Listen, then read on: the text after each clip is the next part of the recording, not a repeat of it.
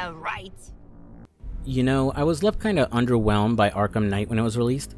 I still liked the game, but I wasn't big on where the story went, the Bat Tank, or its ending.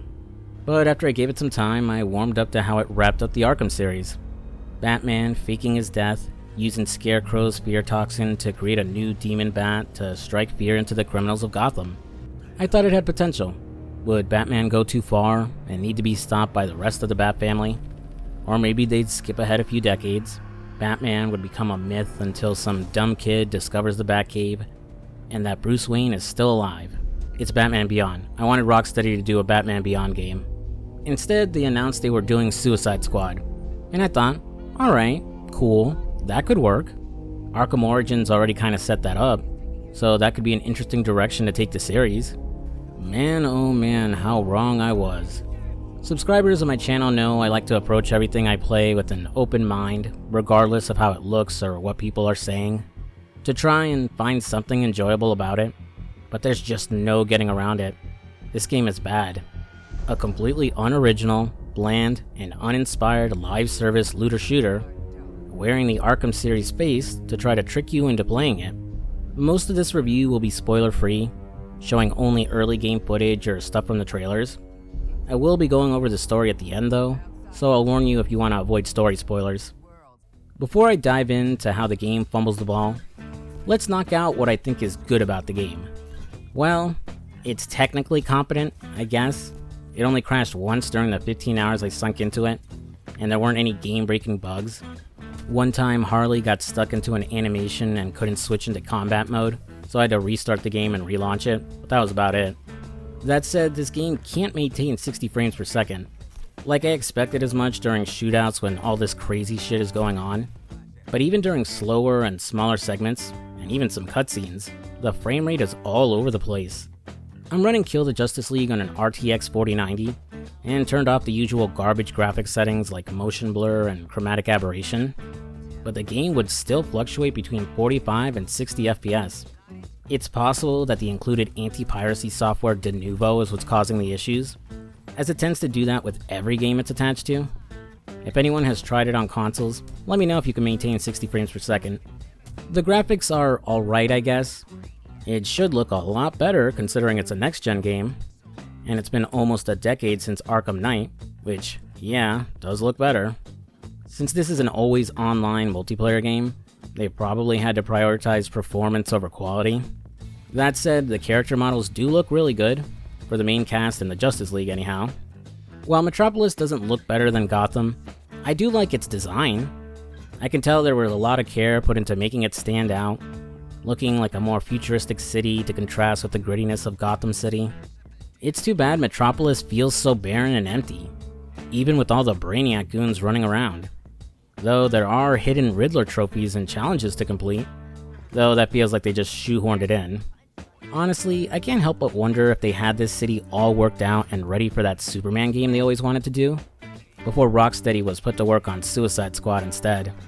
And I guess I like some of the characters. Like, the main squad is very hit and miss. Captain Boomerang and Harley are in a competition for who can be the most annoying character, so you're going to hate both of them fast. Deadshot isn't constantly trying to make everything a joke, but he's also pretty bland and boring. He's a dad, he never misses, and the Deadshot from the Arkham games stole his identity or something. That's about it. Like, he's supposed to be the serious one in the group, but he just doesn't have much of a presence. The surprise standout for me is King Shark. Like, I thought he was just going to be the dumb idiot like in James Gunn's Suicide Squad movie, but he's more like a sorta honorable warrior guy who doesn't understand social cues and takes things too literally. He's basically Drax from the first Guardians of the Galaxy movie, before his future appearances turned him into an annoying walking joke. So yeah, I like King Shark. Some of the gags with him actually land and can be funny. And outside of a couple encounters with the Justice League I'll talk about later, those are pretty much the only good things I can say about this game. And I still think I'm being too generous. I was going to say the story was okay, but the longer I played, the less and less I enjoyed it. Honestly, I ended up dismissing it altogether when I realized it's not even all that original. Ignoring that you play as the villains, this is the third time in a major DC game where Brainiac shows up, and becomes the giant threat trying to destroy the world. Both DC Universe Online and Injustice 2 did the same thing already. And way, way better for that matter. So for any of you hoping the story would be worth it at least, sorry to be the bearer of bad news. All the side characters that show up suck too. Penguin, Kid Ivy, Toyman, all the rest. They basically just exist to be recruited and become a vendor for the main cast, and to offer side missions. That's about it. They could be played by any DC character or a generic NPC, and nothing would change whatsoever. Now let's hop into the gameplay and see why pretty much everyone hates it, or considers it a snooze fest. If I had to describe the gameplay of Suicide Squad, it's what happens if Borderlands and Destiny did the fusion dance, but they screwed up the dance, and instead of getting a better game with the best of both series, we get a game that's worse than the sum of its parts, and only has a superficial understanding of what made those series good. At its core, it's just basic run and gun shooting. Either play with a group online or with the rest of your squad controlled by bots. You'll engage a group of enemies, either shoot them to pieces or aim for a specific weak spot for more damage. Some enemies have armor that requires you to use a melee attack to break it off first. Others are invulnerable until you counter them at the right moment with your counter move, in order to stun them and open them up for damage. Same rule applies to enemies who disappear when you get close and need to be stunned first. You have regenerating health and shields, with shields dropping off of enemies when you shoot their legs, and they're put in a state called Shield Harvest. From there, you whack them with your melee attack to replenish and stack your shields. Your traversal attack and your grenades, depending on its stats, can also cause shields to drop after killing enemies. Oh, and when they die, they'll also drop ammo to replenish your weapons. Brainiac's goons will deploy force fields around a position to protect themselves, which just needs you to jump above it or right through it to kill them and destroy it. Like I said, you have different enemy types, but outside of the bigger brute type and wandering tanks, they all go down rather fast, or just need you to aim at the obvious weak point. So fights tend to get repetitive regardless of what mix of enemies you're fighting. At most, you've got different objectives to complete, or with different conditions like enemies only taking damage from melee or your grenades. Your mission objectives are as basic as they come to. Either clear out an area of a certain amount of enemies, clear out several waves of enemies, destroy the shields around a big incubator by destroying the smaller crystals powering it, which requires you to kill the enemies guarding it, saving civilians and bringing them back to a bus. Those civilians only appear on the map after you clear enough enemies around you. And finally, protecting a moving vehicle from enemies by destroying the towers they're guarding. So yeah, not very inspired stuff. Oh, and occasionally you get some brief vehicle sections where you just mindlessly kill everything around you, up until your car self-destructs. So, that's something, I guess. But the different playable characters must lend themselves to different playstyles to make up for it, right? Nope. Unlike in other games where a given character would be tied to a class type, like a tank or a healer, or would specialize in a certain playstyle, like doing damage over time or debuffing enemies, everyone here is essentially the same. The game tries to trick you into thinking they play differently, with their unique talent trees, movement mechanics, and super attacks, but it's all different flavors of the same thing. Like their movement mechanics, or traversal abilities as the game calls them, are different from each other. Harley swings and grapples to ledges sort of like Batman, Deadshot hovers around with a jetpack, King Shark does a huge leap like he's the Hulk, and Captain Boomerang basically warps from point to point. However, their super attack that's tied to their traversal are all exactly the same, so you just move around till you have enough height, and activate it to slam down on a group of enemies for a lot of damage. Sure, they have some different animations and effects to them, like say increasing the chance for more shields to drop, but they're all functionally the same. You'd think their individual talents would do something to differentiate them, but nope, that's not the case either. Honestly, this has to be the worst implementation of different skill trees I've seen in a game. Circling back to Borderlands, in those games you'd get 3 trees for each character. Each of those trees would lend themselves to a certain playstyle, and unlock abilities related to that style. Not only would this give you several options on how to play with a character, you could mix and match abilities from those trees to create an optimal build. In this game though, despite also having 3 different skill trees, they might as well only be 1. So instead of picking a talent tree and working your way down that tree, the more skill points you put in it, in order to unlock the better skills as you level up, Kill the Justice League has you choose a talent from a row of talents that stretches all 3 skills. So when you level up, you'll pick a talent from one tree, and then the next time you level up, you'll move on to a talent from that same tier in the next tree. You're basically forced to mix and match as opposed to specializing in one particular style. And those different playstyles lean more towards what a weapon does, as opposed to unlock some new abilities to use. You can do like 25% more damage to enemies after chaining a combo of killing 20 of them in a row or something for a set amount of time. Or your melee attacks will give you more shields after chaining a long enough combo. Or your grenades have a chance to add a debuff to nearby enemies. It's all just more damage increases or the chance to get more ammo, shields, or grenades from enemies. So while you are technically getting stronger over time, the lack of any new abilities to experiment with means that fights become repetitive fast. Okay, so shootouts suck, and the playable characters all play the same, so there's no point in experimenting with them outside of traversal. Are the weapons any good? Of course not. Despite the whole appeal of a looter shooter, being finding increasingly more powerful and absurd weapons, this game manages to fumble that concept too. For one, there aren't any chests on the map holding new guns, and they very rarely drop off of enemies too. Completing a mission does usually reward you something, but even that feels lacking. Instead, the focus is to kill enemies to get crafting materials that you can take to Penguin in order to craft new guns, melee weapons, shields, and grenades. And I have no doubt in my mind this was just a way to create an artificial grind to keep players playing the game, or more likely, so WB can sell them crafting materials or rare gun recipes when the game launches its first season. All the fun of discovering a rare gun or farming a boss for one is completely gone. Instead, you go to Penguin, choose which type of gun and rarity you want to make, and that's it. Depending on the crafting recipe, you can make a particular gun with randomized stats on it, which you can choose to reroll the stats on, or later when you unlock Toyman, remove one stat and replace it with another.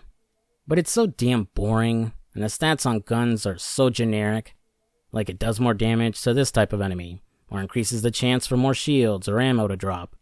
The only thing that remotely makes guns feel different and spices up combat just a bit are their elemental effects, or what the game calls afflictions. After you recruit Kid Ivy, she can apply afflictions to your melee weapons, and later your grenades and guns. You got Burn that will do damage over time and can spread to nearby enemies, Freeze which will encase enemies in ice, stopping their movements and making them more vulnerable to guns, and Venom, which enrages enemies and causes them to attack each other. And then there are afflictions tied to Nefarious and Infamous guns, which are weapon sets themed after DC villains. Since I bought the Digital Deluxe Edition, I started the game with some guns themed around Black Mask. When shooting an enemy, it will apply Black Mask Mark, and after tagging 3 enemies with it, they'll explode for a bunch of damage and inflict burn to any nearby enemies. These villain-themed weapons have some potential, and will be what players end up grinding for in the endgame, and in each season, though I'm not sure if that's enough to carry the game. The issue with weapons is that it puts a heavy focus on numbers. It's not about having the right weapon for the right situation. Borderlands example again, but the different enemy types would take more or less damage depending on what elemental attack you hit them with. Armored enemies taking more damage from corrosive attacks and less from fire attacks, for example. So you're incentivized to have a diverse loadout and try out different guns with different effects. Here, it's all about getting something with some high damage stats, and then re-rolling and changing the stats on it to do even more damage. Once you've got your hands on a beefy enough weapon, there's no reason to swap to your secondary one, or even bother crafting a new one. Shit, I got my hands on a legendary SMG like halfway through my playthrough, and just stuck with it through the end of the game. I never once felt underpowered or like I needed to shake things up. So yeah, this game fails at being both a looter and a shooter. Oh, and I don't know where to put this, but no one ever shuts the hell up in this game. As soon as you get into an engagement, your playable character will comment on everything, your squad mates will comment on everything, the enemies are constantly pointing out who they're attacking, Lois Lane will get on the radio and comment on your actions, fucking Batman will get on the radio and comment on your actions. Like, holy shit. Batman must have more lines in this game than he does in every Arkham game combined. Metropolis won't be saved by covering it with their vines. The integration is taking hold of the planet. All the evidence points to Poison Ivy. Alive. Interesting. I don't know if I missed it in the options menu, and it's something that can be turned off or toned down, But the mindless shootouts will just drive you insane with everyone constantly talking over each other and dropping the same lame jokes over and over again. You know, I'm convinced that this game was supposed to be its own alternate thing, and that Gotham Knights was supposed to be the continuation of the Arkham series. Not only does that game play closer to the Arkham games, but its whole plot is the Bat family having to deal with Batman's supposed death. While Kill the Justice League does reference and acknowledge the events of Arkham Knight and the rest of the series, it feels a little flimsy. Like Batman faked his own death and became the Demon Bat after his secret identity was exposed. But when Superman formed the Justice League and asked him to join, Bat said, "Yeah, sure, sounds good, bro." Mind you, everyone still knows he's Bruce Wayne, and the world at large doesn't seem to care, or that he faked his death. Oh yeah, real solid writing there. Which brings me back to the game's story. When it comes to my videos, I tend to do a full plot synopsis and go through most of the events of the game. However, the story is so meh, I'm only going to give the Cliff Notes version of it. Though, seeing as this game was only just released, and even after everything I just said, some of you may still want to experience the story for yourselves, now's the time to check out of the review, or skip to this timestamp, or click down below to reach the end of the review. You may also want to avoid the comments section, as there is no doubt tons of spoilers there too. Okay then, let's just get the major beats of the story out of the way, and finally wrap up this video.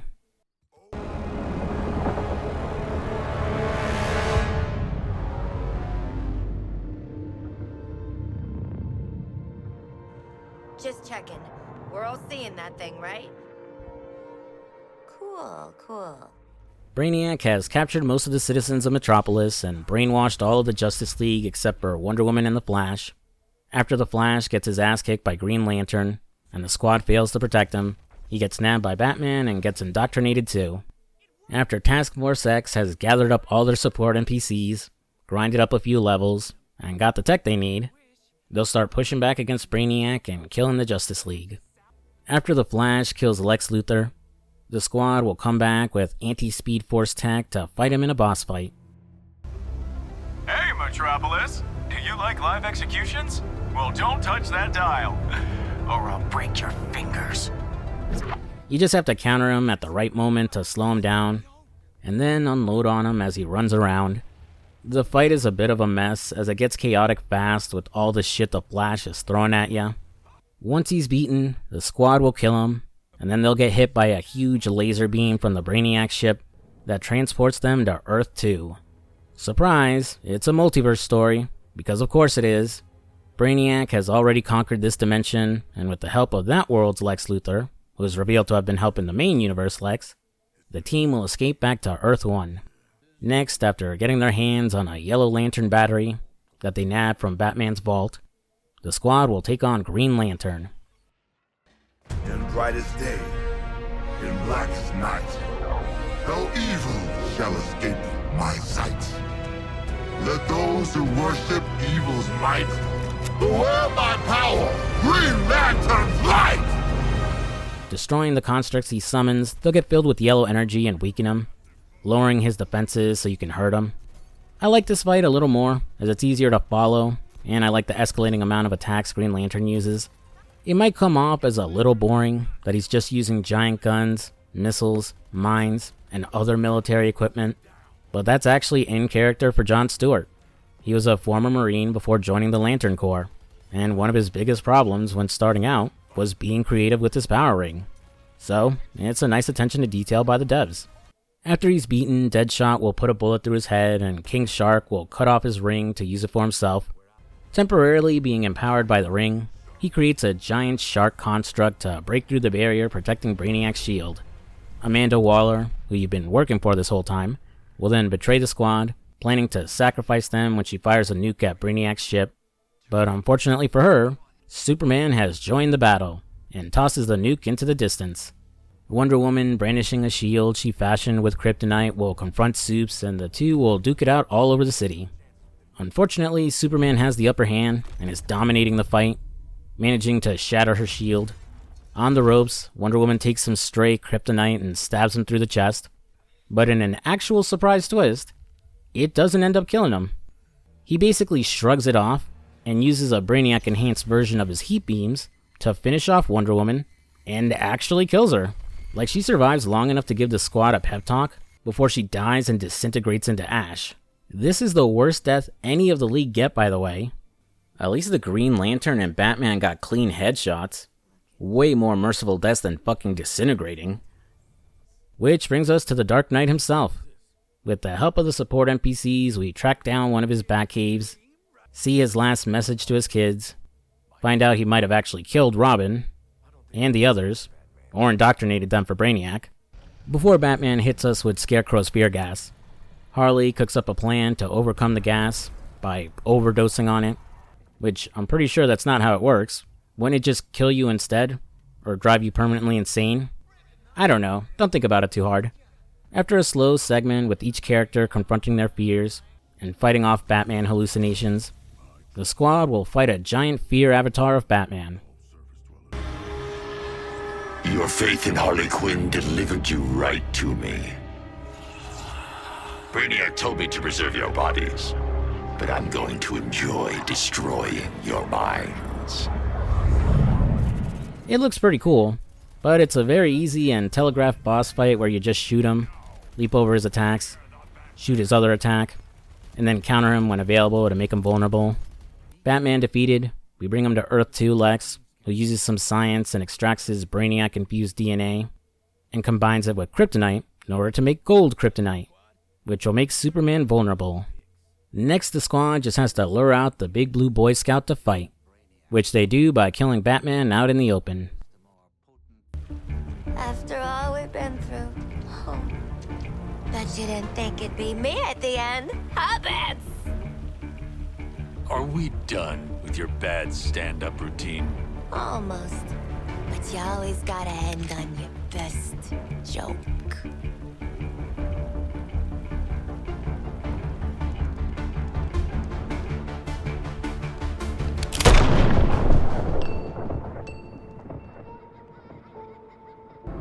This is how it happened. This is how the Batman died. Woof, this scene. If there's anything you know about this game, it's this scene. Like, I understand why so many people are upset and angry with Harley taking out Batman. To have Kevin Conroy's final performance as the Arkham Batman be this can certainly cut deep.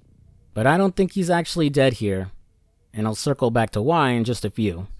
Also, while this might be Kevin Conroy's last performance as the Arkham Batman, it's technically not his last time playing the Bat, as he recorded a lot of voice work for that crossover game, Multiversus, that's returning next year to launch officially. And his real last performance as Batman is in an upcoming Crisis on Infinite Earths animated movie. So you guys can take some solace in that.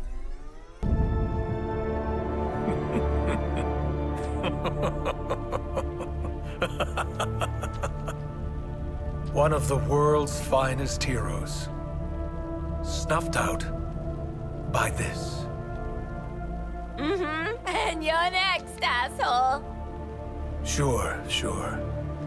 You can tell Wonder Woman all about it. Superman, taking the bait, shows up. We need to counter him to imbue him with gold kryptonite, having to constantly stack it on him as a debuff in order to keep doing damage to him. Like the Flash fight, this one is chaotic as fuck, as Supes is flying all over the place, laying down ice, shooting his heat beams, and trying to whack you with tanks and helicopters. He also has a desperation move where he'll fly up into the sky and then smash down into the ground, which covers half the arena and does a ton of damage if you don't move out of there in time. After Superman dies, Brainiac reveals himself and transports the squad to his ship. He praises their skills and monologues about his evil plans, and how he's going to indoctrinate them to spread the glory of the Reapers or whatever. Lex manages to teleport them out of there before it happens. Everyone celebrates taking down the League, and now they plan to focus their efforts on defeating Brainiac once and for all. So this is where I checked out and stopped playing because I was just done, and Superman felt like a fitting final boss. Also, I didn't want to do a bunch of busy work to fight Brainiac. Essentially, this is where the end game is unlocked.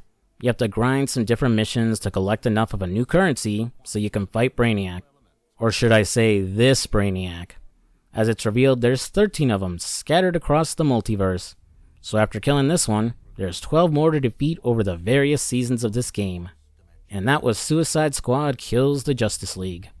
Oh, and remember how I said Batman probably isn't dead? Well, after killing every member of the Justice League, they all get zapped and their bodies get sucked up by the Brainiac's ship. With Flash, we don't technically confirm his death, and Brainiac creates new Speed Force imbued enemies after beating Flash. After Green Lantern dies, King Shark struggles to remove his ring, and then after using it, the ring gets lost in the ocean. For anyone familiar with Green Lantern lore, you know that once a Lantern dies, their ring leaves their body on its own, and flies off to find the next worthy successor, as opposed to here, where King Shark struggled to remove it until he cut off John's finger. So, everyone who died, even the ones who took a very obvious bullet through the brain, like GL and Batman, might still be alive in some form, or will get revived by Brainiac, and are probably just chilling on his ship in a Mind Flayer pod until a later season. That, or they pull some multiverse shenanigans, and bullshit that those weren't our Justice League, but another universe's brainwashed to think they were, for some reason. Might sound like copium on my part, but let's be honest, killing off the League is just there for shock value, to trick you into thinking it's serious and the stakes are high. I don't doubt for a second that it's a fake out they plan to reveal later, or maybe walk back and reveal even earlier, with all this drama around Batman's death. Wonder Woman might actually be dead though. Not like it matters, as this game is done for. There's just nothing here to get people interested or excited to play. The gameplay is boring and uninspired. The characters are just palette swaps of each other. Why get excited to play as them or future characters, outside of their expensive skins? The story sure as shit isn't going to hook anyone. Pretty much everyone from gamers to gaming journalists have agreed that this game is bad. You probably heard it from plenty of people this week before me, but don't waste your money, and don't buy this game. Wait till it gets a heavy discount, or more likely, ends up on Game Pass for free. If you played and enjoyed it, I won't take that away from you. I'm glad you could get something out of it that I couldn't, but I just don't see this game having a long lifespan. It's so easy to say the game will get better or they'll add more to it, but first impressions are everything. This game should have knocked it out of the park on day one, especially for how long it was in development, but it failed to do that. Some might point to No Man's Sky or Cyberpunk 2077 as redemption stories that turned it around, but the circumstances are way different. One portrayed itself as something it wasn't, lying about its features. The other tried to hide that it was a broken and buggy mess on launch. And this game didn't send out review codes on time in order to hide how bad it was. We've known from the beginning what this game was. Every new bit of information just confirmed that even more. And now that it's here, it's just as bad as we all thought it would be. It's essentially Anthem all over again. People will talk about it for a few weeks. Maybe it'll pop up in the gaming news cycle every now and then, when it introduces its monetization policy or brings in a new character, but it's going to get forgotten fast. And what really sucks is that this could end up being the death of Rocksteady. It's no secret that the gaming industry has hit a bit of a bubble, with several mass layoffs occurring over the last year, and we've already had plenty of layoffs 1 month into this year. WB Games forced Rocksteady into making this boring live service garbage, and unfortunately this is the result.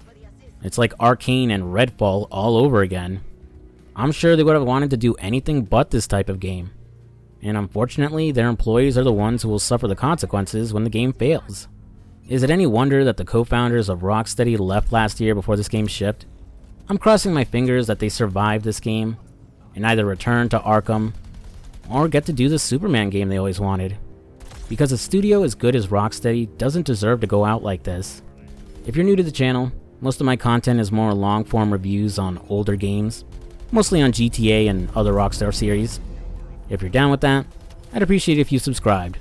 For my returning subscribers, the Mafia 2 video should be out next week. I'm FuzzySlippers, and I'll catch you later. Peace.